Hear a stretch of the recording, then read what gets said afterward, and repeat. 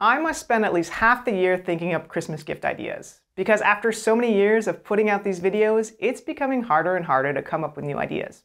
That being said, I think this year's ideas are even better than any of my previous editions. So rest assured, because I've come up with 5 new Christmas gift ideas that you can make for the holidays, and I think you're gonna love them.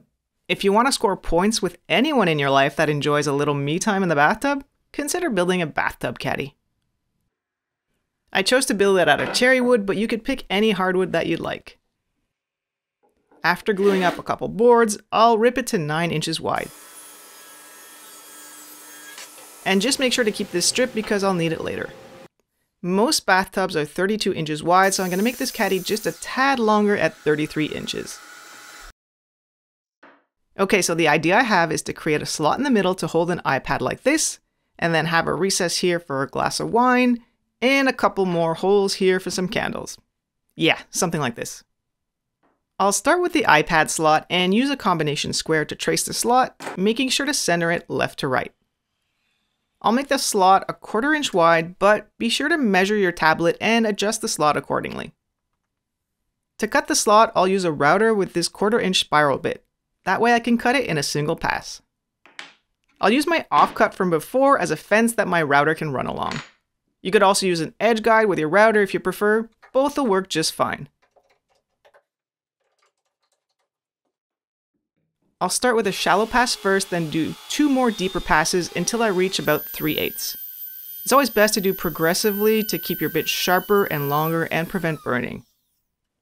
With that done, I'll test it out to check the fit and make sure it's secure and isn't likely to easily fall over and land in the tub. Looking good, so now I can move on to make the recesses for the glass and the candles. Now I could simply use a Forstner bit to drill large holes into the board, but I'm not going to do that because that just won't look good. Instead, I'll use the Forstner bits to make super basic jigs that I'll be able to use with my router to carve the recess in the board. I'll make one with a 3-inch hole and another with a 2-inch hole. This is just a piece of MDF, but you could use plywood just the same. I then like to cut each piece square with the hole centered so the jig will be easier to accurately position. So just for demonstration, I've got one that'll fit a wine glass or a stemless glass too, and another that'll fit a variety of candles like this one, or even this one too. The bit I'll be using is a shallow straight bit like both of these ones. The important thing is that they have a bearing like this that'll ride along the template. You can clamp down the template or use double-sided tape, which is my preferred method because clamps always seem to get in the way. I'll line it up with the reference lines I drew and press it down firmly.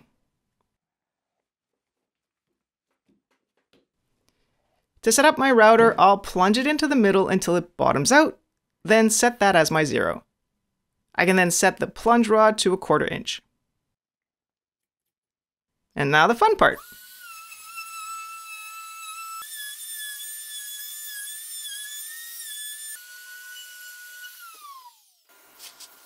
Getting the template off is the hard part, but this tape comes off super clean.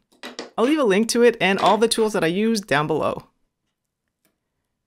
I can then repeat the same process using the smaller jig to make the holes for the candles.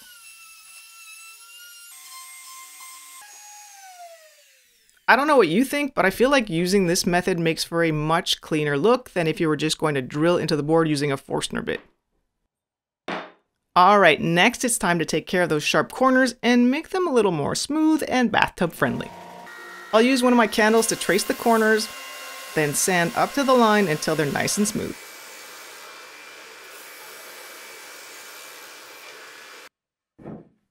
I'll also use a roundover bit to round over all the edges, again making everything feel a little smoother and more polished. Then of course comes the sanding and finishing. But there's also one more important step before this project is done, and that's to add strips underneath. I'll cut up 2 small pieces from the leftover cherry that I cut earlier, and then give the edges a slight chamfer just to soften them and break those sharp edges.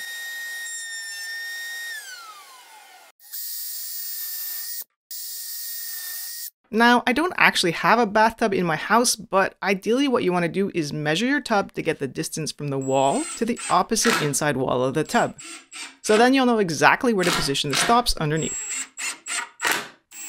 These are optional, but will help the board stay in place rather than slip and potentially fall into the tub.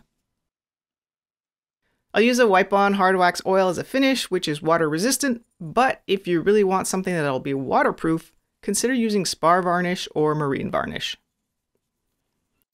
Lucky for me, my friend let me film his tub, but when I asked him to demo the caddy for me, he wasn't so enthusiastic. So this is all you'll get. I could really get used to this.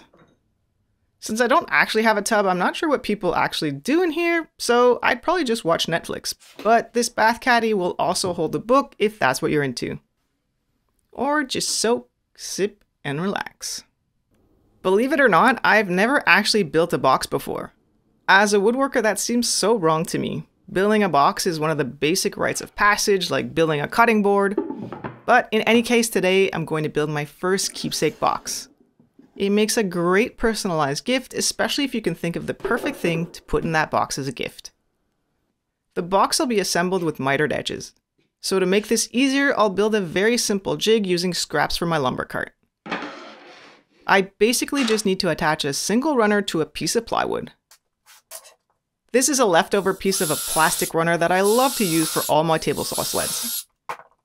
I'll leave a product link in the description if you're interested. I find it helps sleds and jigs to glide super smoothly because it's low friction and always a perfect fit for the miter slot that won't expand and contract with changing humidity levels like wood does.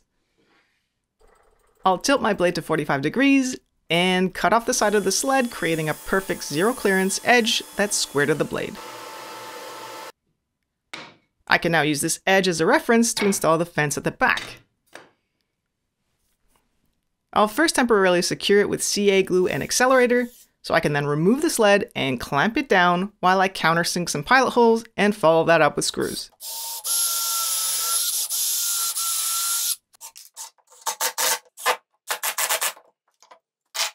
I can then just trim the fence and the jig is ready to use. Again, keeping this really simple. I milled up some walnut to 1/2 inch thick. It's a single board that's cut in two, but I've laid it out so the grain is continuous, as you can see. I'll use some tape to mark the top side of the board, just so I don't get confused at any point. My goal is to miter all the edges, keeping the grain continuous as much as possible.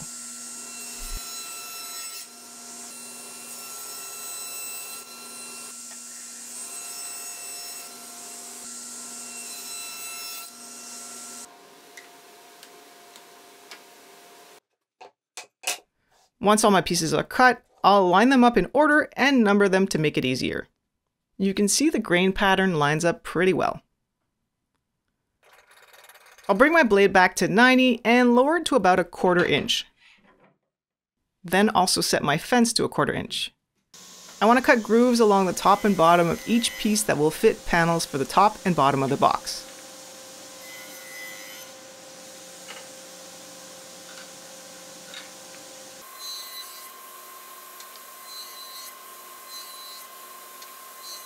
After a first pass on all the pieces, I'll move the fence over slightly to widen the groove. I'm aiming for a groove that's 1/4 inch wide. I'll cut one piece only at this point and then test the fit on the panel. With that looking right, I can run all the other pieces through.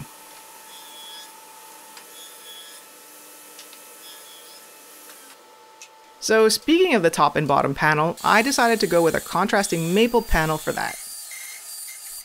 I resawed a board in half and milled both pieces to 1/4 inch thick, then glued them together, going for a book match look.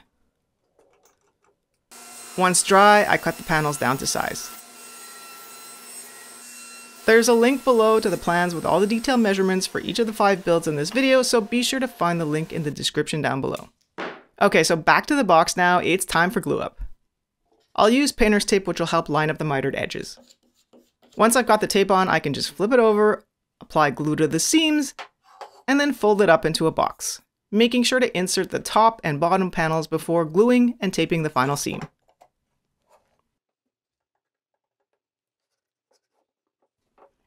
If you're wondering, I'll be cutting the box later on to create the lid, but first I want to add some splines to reinforce the miter joints and to add a visual detail. To do this, I'll need another simple jig. I'm going to reuse this tenon jig I previously built, but it's easy to build a spline jig from scratch. All you need is 3 pieces of plywood assembled like this so it'll ride along your table saws fence. I don't need this piece, so I'll remove that and replace it. First, I'll find the center of the panel, then draw lines at 45 degrees that meet up in the center.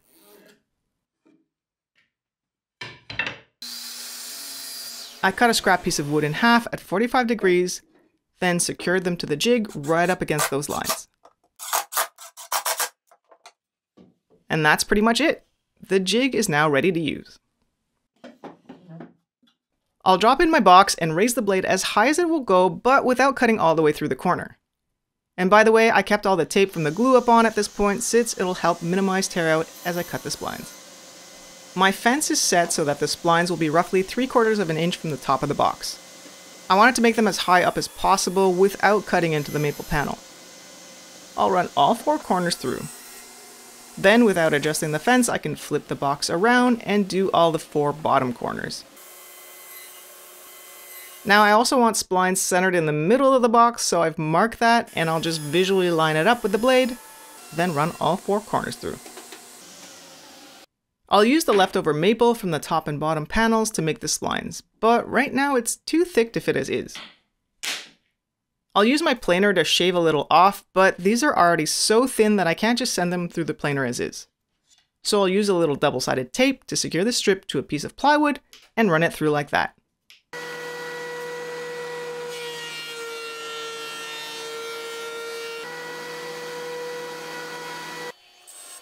Then I can cut up the strip into small pieces. To dial in the fit, you'll see me rubbing each piece across some sandpaper that I glued down to a board. I'll then test them all one by one, ensuring a friction fit, not too tight so there's room for glue, but no gaps in the joint either.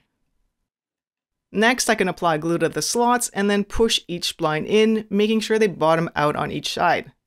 It's easy to mess this up. With all the glue you can't really see and you might end up with gaps if the splines aren't fully seated. So take your time and make sure they're pushed all the way back. Once dry, I like to use a small pull saw to trim them off one by one. I try to cut off as much excess material as I can, but keeping away from the box itself so I don't gouge the sides. Any leftover material will be easily cleaned up with a sander, and the result is pretty satisfying in my opinion. I love the look already. This box is looking great, but there's no way to actually open the box, so it's time to saw off the lid. I'm using the bandsaw for this. I think it's the easiest way and it removes the least amount of material. But this could also be done on the table saw, I think, if that's your only option. I'll use a chisel to clean up the inside corners and then sand everything smooth. There is one final step before finishing though. I'll add a small lip around the inside of the lid to help it line up with the box and hold it in place. This is again just leftovers from the top and bottom panel that I'll mark and trim to length. Then apply a little glue and clamp it until dry. So now when I place the lid on top, it sort of clicks into place. And lastly, I'll use Osmo as a finish, which will give it a deep, rich look.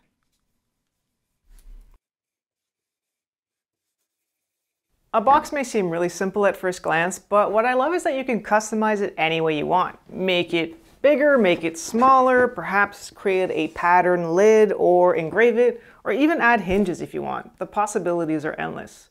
But the true uniqueness factor, in my opinion, also comes from what you put inside the box as a gift. Maybe a special memory like a picture or a letter, or maybe an invitation to create some new memories like tickets to a show or an invitation to a special dinner. Who knows? Hold on, I'm getting a call. Of course, unknown caller. I don't know about you guys, but I get so many robocalls from spammers, not to mention the amount of spam email I get daily. It's exhausting. But when I heard about Incogni, I realized I could finally do something about it.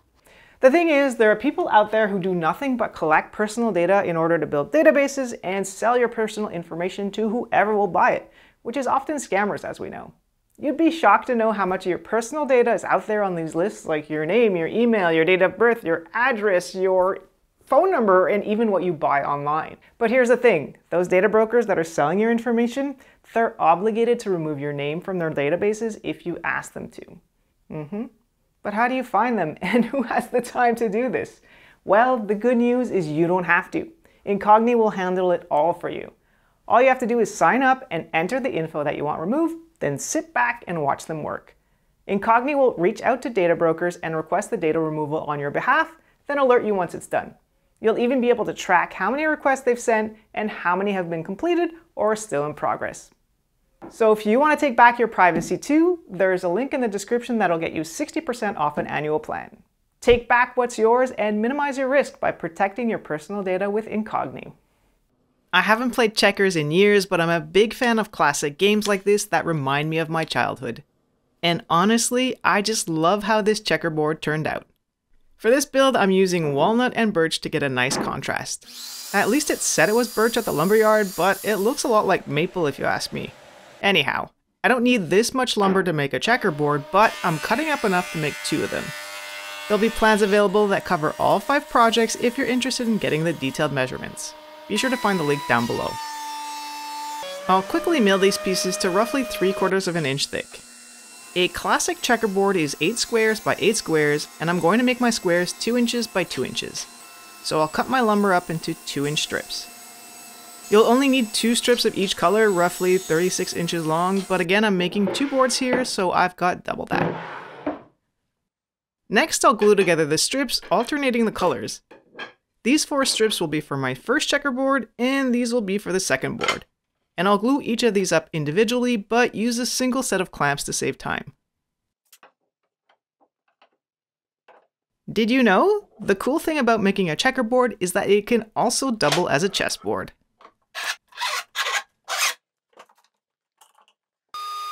Once dry, I can run it through the planer to clean it up. And this is actually why I glued 4 long strips together rather than 8 shorter strips, just so I could send it through the planer.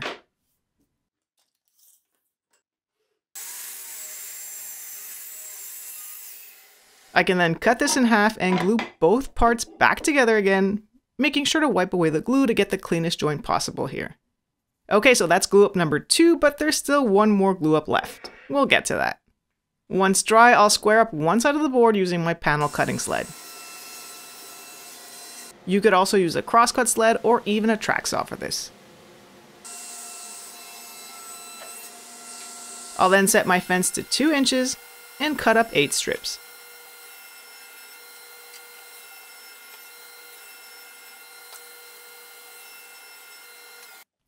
Now I can simply flip around every other strip to create the checkerboard pattern, and glue them back together.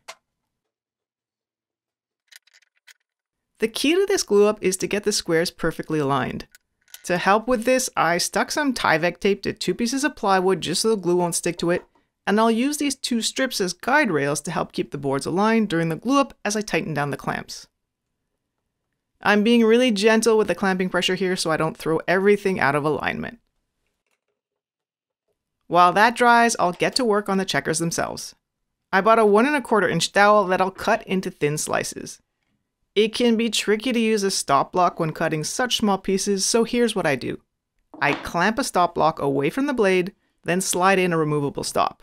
I can then push the dowel up against the stop and hold the dowel in place as I remove the stop.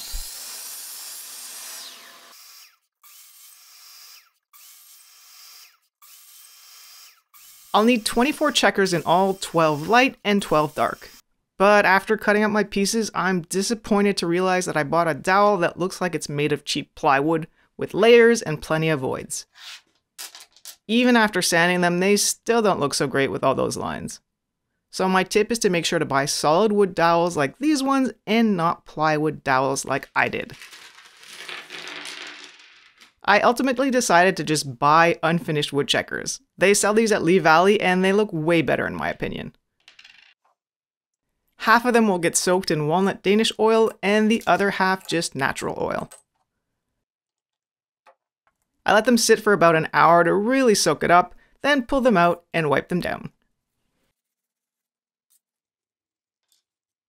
With those dry, I can pull the checkerboard out of the clamps and sand it flat. It's times like these that I wish I had a drum sander to keep this perfectly flat, but I have zero space for a drum sander in my garage. So I'll just do the best I can and move evenly across the board as I sand it. I'm using Osmo Pollex oil as a finish. Just wipe it on, let it sit, and wipe it off. I really love how this checkerboard turned out, and I can't wait to play this over the holidays. I'm glad I made two of them because one is definitely staying with me. Like I said, you can also use this as a chessboard, so you could always just build the boards and buy some checkers and chess pieces. This, in my opinion, makes a really unique gift. Nothing says the holidays like food, am I right?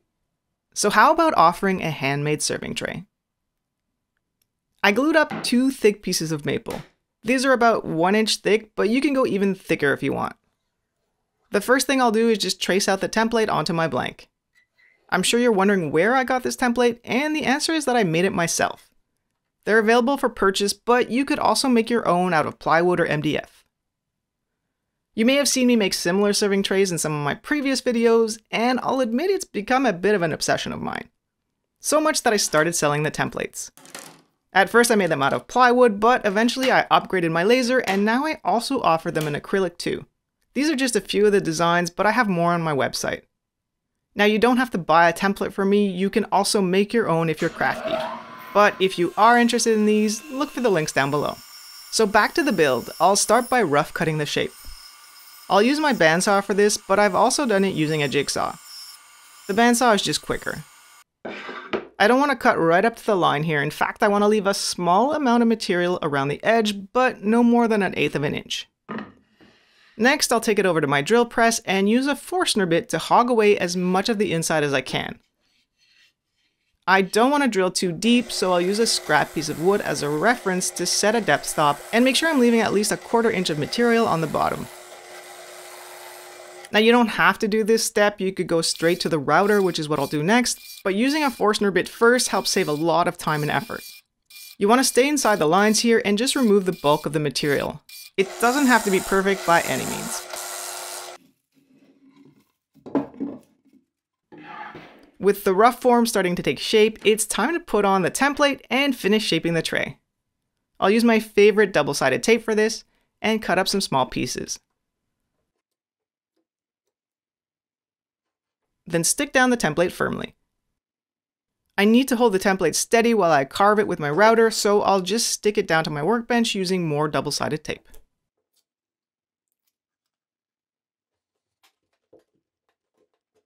Now to carve the inside of the tray, you have some options. You can use a regular plunge pattern bit like this one, or you can use a bowl and tray bit like this one. The difference is that it has a rounded tip. I actually sometimes start with the straight bit and finish with the bowl bit, but today I'm just going to go with the straight square edges. I'll start by going shallow just to clean up what was left behind by the Forstner bit. You might find that your router wobbles because the base isn't wide enough to maintain 2 points of contact. That's why in a previous video I showed how to make this oversized router base using a piece of acrylic that you can order on Amazon. I'll link up that video here if you want to see how to make it. Okay, now that the router is stable, I can go back to cleaning up the peaks and edges, going progressively deeper, but without going all the way to the bottom just yet. I'll just focus on the cleanup for now and vacuum away the chips as I go. Okay, now that it's all cleaned up, I can plunge deeper to remove those divots left by the Forstner bit and finish shaping the tray. I like to go pretty deep, but not so deep that you'll go all the way through the bottom, of course. Something like this should do it. So round and round we go, and eventually you end up with nice clean pockets. They still need some sanding, but looking pretty good already. So next I can flush trim the outside walls. After peeling it off my workbench, I'll take it over to my router table and use this flush trim spiral bit to clean up the edges. If you don't feel confident using the router table or just don't have one, I've shown how to do this with a handheld router as well in another video that I'll link up here.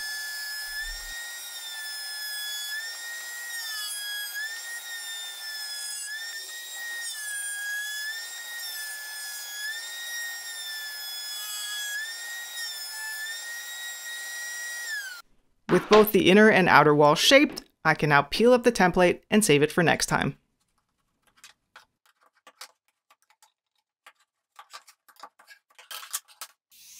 I'll use a round over bit to round over all the edges, both inside and outside.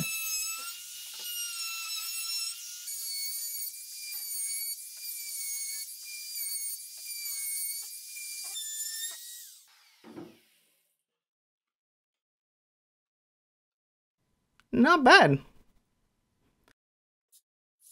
The least fun part of this project is probably all of the sanding. It helps to have multiple sanding accessories on hand to make the job easier. As a finish, I'm going with wood wax made for cutting boards. I like that it won't turn maple yellow like oil does, and it gives it more of a silky smooth finish. I'll leave a link below if you want to check it out. So there you have it, from template to serving tray. It's great for serving chips and dips, crudités, candy, or anything you want really. I never get tired of making these, and you can bet that at least one person on my list is getting one of my serving trays this year. It wouldn't be a holiday gift making video without something Christmassy, so I give you the mantle stocking holder. I'll start by making the Christmas tree using these strips of walnut. I'll cut them into various lengths on a 45-degree angle using this sled that I previously built. I have a video on how to make this sled, and I'll link it up here if you're interested. Once the miters are cut, I can remove the attachment and finish cutting the pieces to size. If you're interested in getting the specific measurements, just a reminder that I have plans available, and I'll leave a link down below. The design of this tree seems pretty simple, but believe it or not, I had to design it in SketchUp to figure out the perfect measurements. With all the pieces cut to size, I can lay them out in order to form the tree. There's just one piece missing here at the bottom, so I'll just trace the cut that I need, and then use my sled to make the cut. I really love this little sled. With that done, I'm going to attach this piece at the back to hold it all together. I thought of different ways of doing this and decided that the easiest way is just to tape it all together, then use some hot glue on the back side to attach the trunk.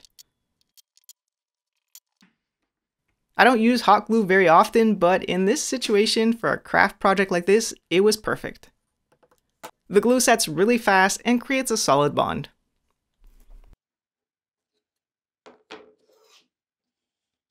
Okay, next I'll make the base for the stocking holder. I need to make a cube and I want all the edges to be mitered so it'll seem like a solid block of wood. So I'll use the simple miter sled that I made earlier for the keepsake box.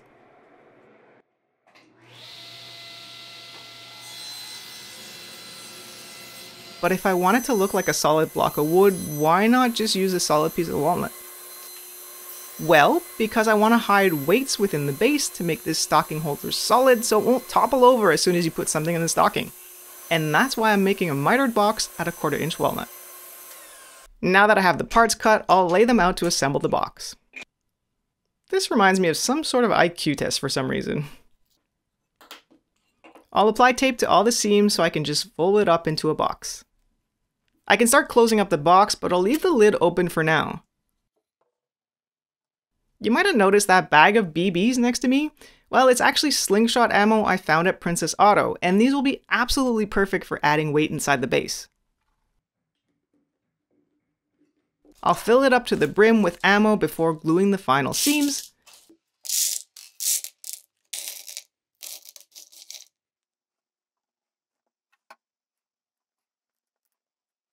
And tape it up until dry.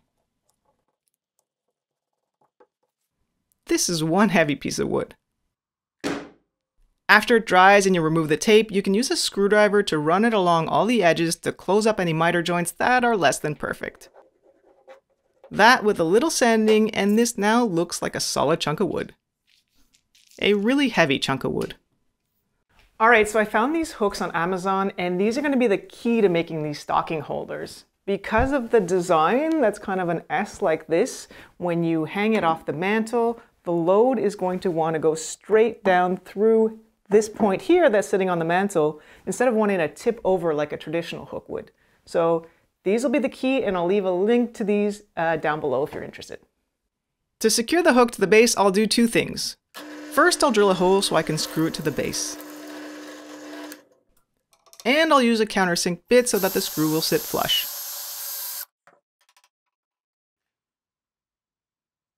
The second thing I'll do is cut a really shallow groove on the bottom side of the block so I can recess the hook within the base.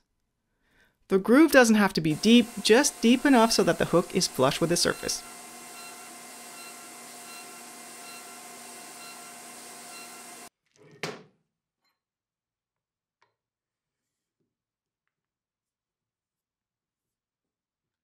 I'll then add a little hot glue to the groove and secure the hook with a small screw. Belt and suspenders, I suppose. At first I was planning to attach the tree at the back like this, but I'm not sure I like the look and I think it would look better on top. So time to improvise plan B. A little hot glue to get the tree into position, and then I'll add a little border around the base to help stabilize it with some more hot glue. You can add a finish if you want, but I decided to leave it raw. I kind of like the rustic look. And now I'm officially ready for Christmas. I may have overdone it with this stocking holder, but it won't be falling over anytime soon. That's for sure. I put 2 5-pound dumbbells in a bag and it handled it no problem. So bring on the stocking stuffers. Hopefully I've inspired you to make one of these 5 gifts for someone special this year.